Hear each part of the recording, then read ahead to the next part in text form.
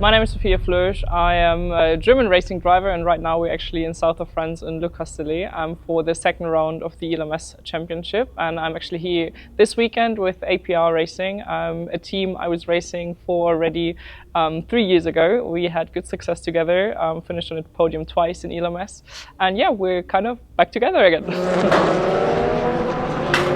So in the end of 2021, actually I had the chance to do the season final in Portimao for APR Racing, and we had, it was kind of the first time doing a race weekend with them, and we immediately finished on the podium, which was obviously a really good start into the relationship, partnership, however you want to call it.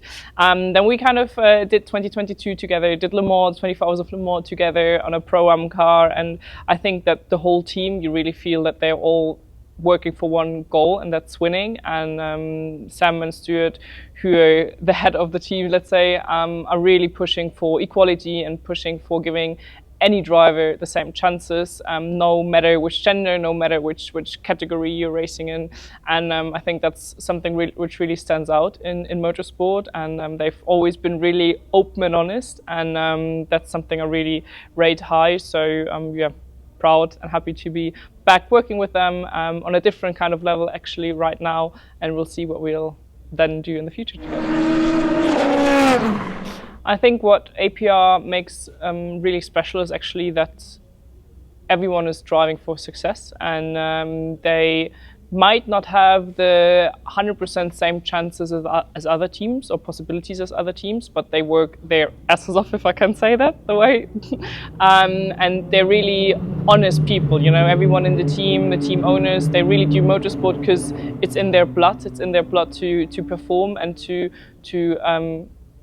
win in the end, and that's what you really feel. And I think that's not normal nowadays in motorsport, and because they're so honest and really pushing for success, you just feel that from the first moment you actually arrive on track until the moment you leave. And if you don't win or if you don't achieve the goals you had, they're really upset, and I think that makes them special. And it also feels like coming home, you know. Everyone from, let's say, the cook in the kitchen to the mechanics, the engineers, they all are working for APR since many years, and you win and you lose to get together, and I think that makes the whole team really feeling like home in the end.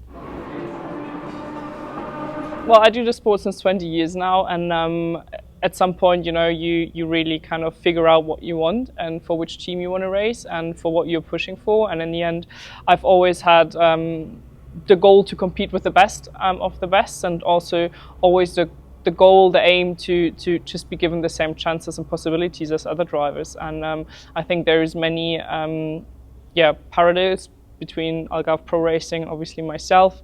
You know, Sam and Stuart, they've always just treated me as a normal driver and not as a female, which is something I've always wanted to be treated like, you know. I always said I'm a driver in the car anyways. It doesn't matter if you're male or female, you just want to win. And there's differences in how people treat you. And I think with APR, everyone just always treated me like a driver, and didn't care if I actually had long blonde hair or not. So that's just something which you remember, and in the way they treat you, where you actually feel, okay, you get respected because of your performances or not, and not because of, let's say, marketing or money or gender things.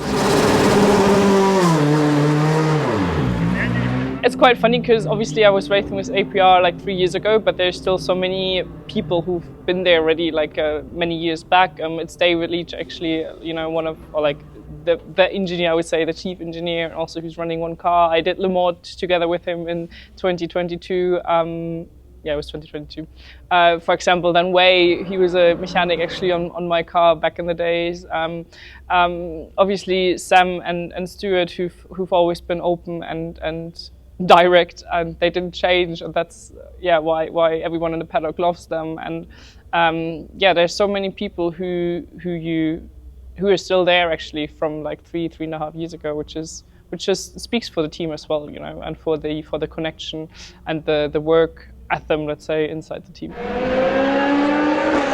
Motorsport is a action sport in the end, and endurance racing, obviously, in the P2s, you travel with high speeds, not just on the straights, but also in corners. So obviously, for example, also when you do 24-hour races, you really rely on the car and the material which is inside the car, because in the end, it's kind of life depending as well. If you're unlucky, it can end not so nice. So in the end, you really have to have that relationship and trust, let's say, with your mechanics, with your engineer, with the whole team, to be sure that they prepare the car the right way, that kind of nothing is going to fail. Obviously, it's still a technique-driven sport, so always things can happen which are out of a human control and which is completely normal. But in the end, I think it's just in building that trust and knowing that everyone is pulling on the same strings to kind of make it work and drive for success, and not just be driving in circles, but actually to be here for winning. And I think that's also, it's just something which is necessary and something which I've always felt from stepping in the car for the first time with APR. Obviously, motorsport is sometimes things happen which we don't plan, no one wants it, but that's racing. Best example, Le Mans 2022. Every single time you step into a car, you're fully confident everything is going to hold together and everything is going to work. I mean, obviously, if it's raining or if it's difficult situations, sometimes you might have to risk something a little bit more. But I think that's just racing. Obviously, in 20 years of motorsport, I've done many different categories, and from, GT3 racing and DTM to formulas, which I've done most of my time actually, and then obviously endurance racing. You do need a different mindset for every single of those, let's say, categories, just because, for example, best example is in formulas, you're alone, you have your engineers, your mechanics working for you and for your car, which you can tune as you want, and it's a sprint race. Here in endurance racing, you are not alone. You have two teammates most of the times who you're actually sharing the car with. So if you want something to get changed on the car, kind of everyone needs to agree, and it's not just about yourself, it needs to be a proper team spirit and teamwork. You need to be able to get along. Obviously, in endurance racing as well, it's not just about that one lap performance. In the end, it doesn't actually matter at all in that way of saying. It's actually a lot more about like the fuel management, traffic management. Your whole head needs to be completely tuned different, and it needs to be a different way of thinking, because in formulas, for example, first lap, the start is super important. That's where you can gain positions, where everything is happening. But in endurance racing, the first corner is kind of just stay out, and even if you lose positions, just stay out, because the race is going to be multiple hours long. So you need to think different, you need to drive a car different, but I think that just makes a good driver also round, and that just gives you experience. And I've always loved endurance racing, because it's focusing on so many different aspects, and because you really need the whole team to be working with you together for the success. Because also the race can be won or lost on a pit stop, which is not just happening once a race, it's happening multiple times. Let's say the higher classes of Formula racing, Formula 3, Formula 2, are really similar to endurance racing, or at least the P2 in driving wise. It has nearly the same amount of aero, it has a lot of power as well. Obviously, the racing itself, and there's small aspects which are different, but I think the switch between those ranks of Formula racing to endurance racing in the P2 is not so big. So in the end, I think you can adapt quite quickly, and you learn a lot in both of that series. That's also why I always said, for me, the P2 is always a really good option, because the car is just amazing to drive. It has so much power, it has so much aerodynamics, it has carbon brakes. It's a really good car, and it's so much fun to drive. So I think what makes you stand out here more is probably really be able to open up and see the whole sport more as a team sport, and be able to be good in traffic management and fuel management, because that's different compared to for formulas, where you don't have that at all. Proper teamwork, fun, and driven for success. I mean, that's not 3 words, but it's like 3 statements. I'll take it. That's good. There's actually a quite big difference, I would say, actually, between formula racing, endurance racing, and how you prepare your body for those weekends and test days.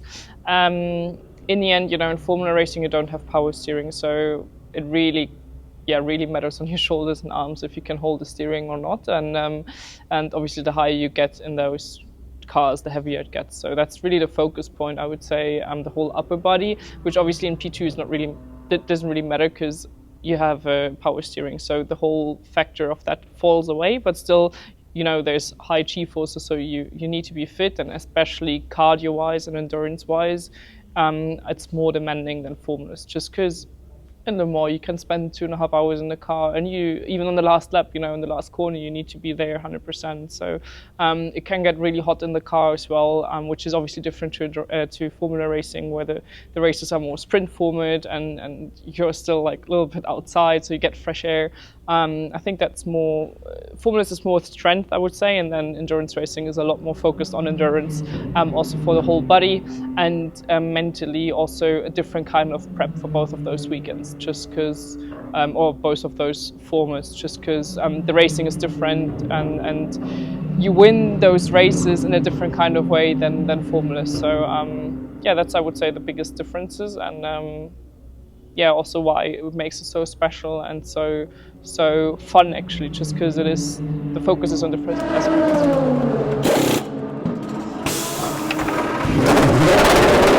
I'm just super happy to be back in the endurance paddock, to be back in the P2 and meet all of the fans. I mean, I've always said that in the end we're all, I think, also racing for fans, and especially for kids.